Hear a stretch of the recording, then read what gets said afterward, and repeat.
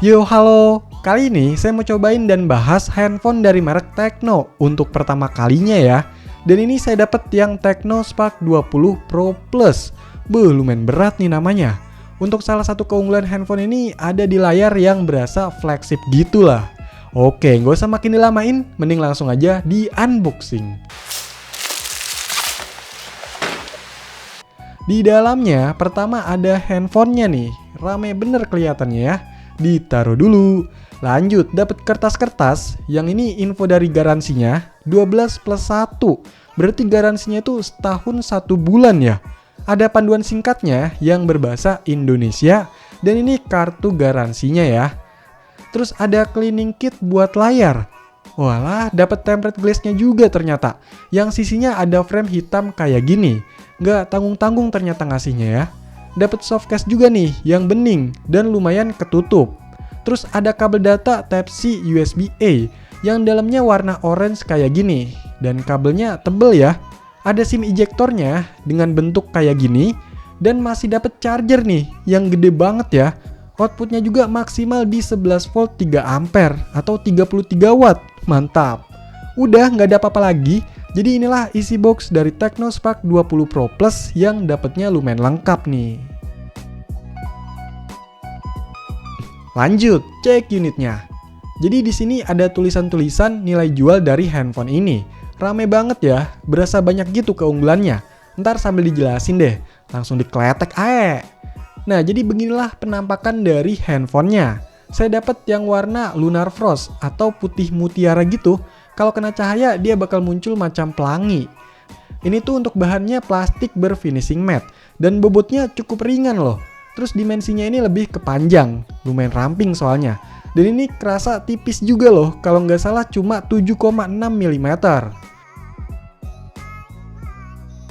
Di bagian depannya ini ada layar 6,78 inch, atasnya ada kamera 32 megapiksel, earpiece, dan sensor.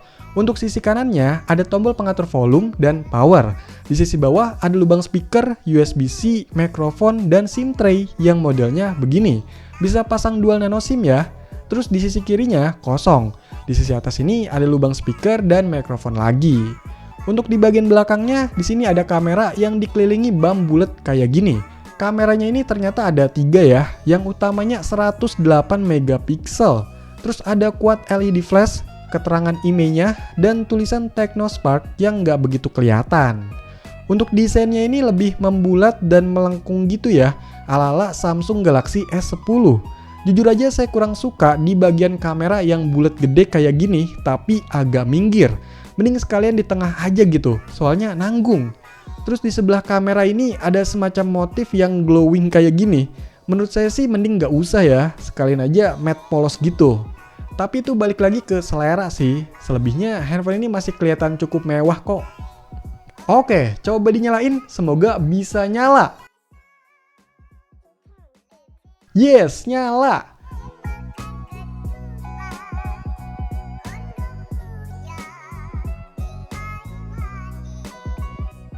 Ternyata untuk handphone Tecno itu pakai yang namanya HiOS.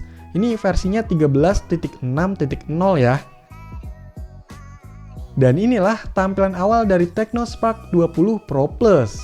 Wih, udah kelihatan nih layar cakepnya. Coba cek dulu nih ke settingannya. Untuk OS-nya pakai Android versi 14 dengan patch keamanannya di 5 Februari 2024. Untuk RAM-nya dalam keadaan fresh kayak gini udah kepake sekitar 3,8 GB dari total 8,1 GB. Jadi bebasnya sekitar 4,3 GB. Sedangkan untuk storage internalnya udah kepake sekitar 16 GB dari total 256 GB dan sisanya sekitar 239 GB. Masih lumayan ya. Untuk aplikasi bawaannya ini tergolong banyak, entah itu dari rombongannya Google, dari Tecno-nya, dan pihak ketiga. Kalau yang dari Google nggak bisa di-uninstall secara bawaan, tapi kalau yang dari Tecno atau pihak ketiga, beberapa ada yang bisa. By the way, untuk UI-nya ini memang nggak asing ya kalau udah pernah pakai handphone dari merek Infinix atau Itel. Karena mereka bertiga itu masih dalam satu keluarga atau satu grup ya, yaitu Transsion Holdings. Tapi katanya kalau yang merek Tecno itu lebih ke kamera ya. Apalagi di handphone ini udah 108 megapiksel loh. Dan inilah hasil dari kameranya.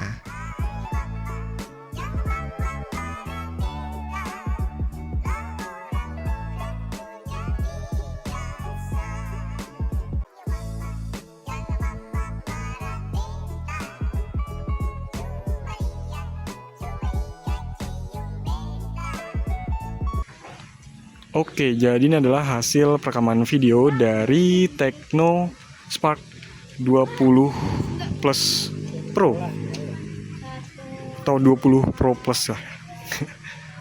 Balik-balik.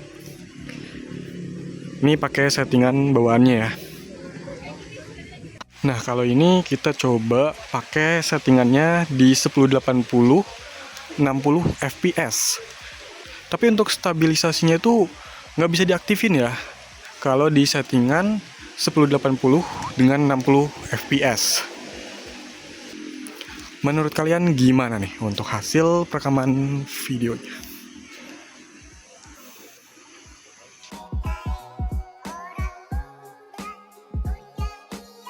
Tecno Spark 20 Pro Plus ini dirilis tahun kemarin ya, 2024, dengan harga sekitar 2,7 juta rupiah. Dan kalau sekarang harganya bisa dapat 1,9 juta kalau ditambah voucher gitu. Dengan kondisi yang masih baru, stok-stok sisa mungkin. Dan untuk linknya bisa cek di deskripsi ya. Nah, dengan harga 2 juta, memang handphone ini kelihatan mewah. Apalagi di bagian layarnya, yang tepinya ini udah melengkung dan bezelnya yang tipis. Plus udah pakai punch hole juga, jadi bikin berasa luas dan luber-luber ya tampilannya. Gak cuma di situ, panel layarnya ini menggunakan AMOLED yang bikin warna makin gonjreng. Kecerahannya sampai 1000 nits, refresh rate-nya bisa sampai 120 Hz, dan multitouch-nya sampai 10 sentuhan sekaligus. Ini layarnya udah manjain mata lah ya. Terus untuk fitur always on display udah ada, dan tersedia beberapa temanya juga nih. Cuma nggak ada pilihan lanjutan untuk durasi waktu tampilannya. Oh iya, handphone ini udah ada fingerprint di bawah layar juga ya, mantap. Untuk speakernya, handphone ini diunggulkan dengan stereo dual speaker, yang hasilnya suara memang jadi makin kenceng juga. Tapi secara kualitasnya dari pendengaran saya, ini oke-oke aja lah, nggak yang terlalu mewah gitu.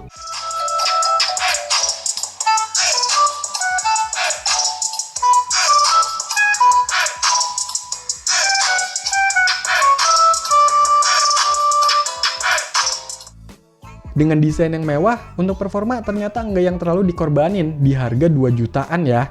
Handphone ini pakai chipset MediaTek G99 Ultimate, octa-core up to 2,2 GHz, RAM-nya 8 GB, internal pakai UFS 256 GB, GPU-nya pakai Mali G57 MC2, layarnya 6,78 inch Full HD AMOLED, jaringannya 4G, baterainya 5000 mAh, dan menggunakan Android versi 14.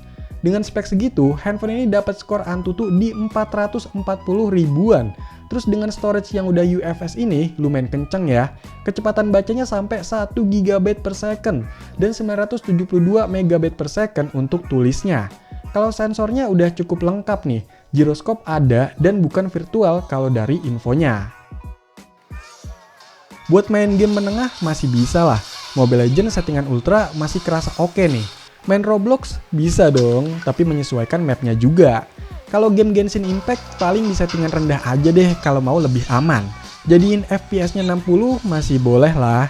Terus untuk emulator sekelas PSP dengan settingan bawaannya, main God of War masih stabil-stabil aja nih 60 FPS.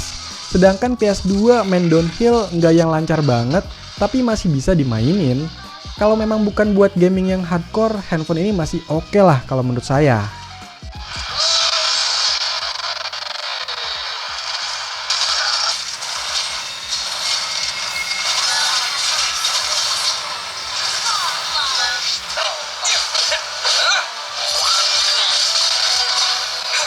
Kalau untuk baterainya, yang berkapasitas 5000 mAh ini, screen on time pemakaian saya bisa dapat di sekitar 6 jam.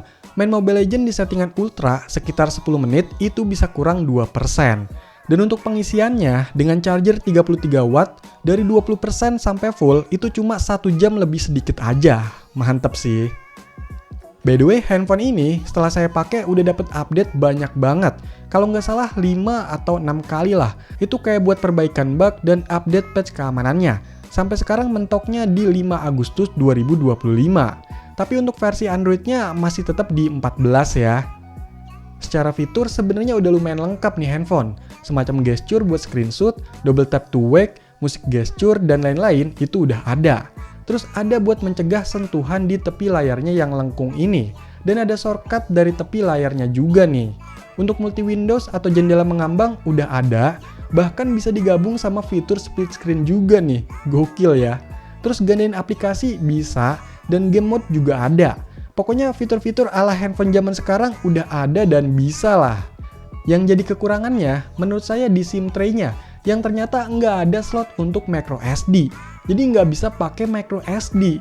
Terus lubang jack audio juga nggak ada nih. Dan jaringannya yang masih 4G ya. Mengingat sekarang di harga segini udah dapet tuh handphone 5G.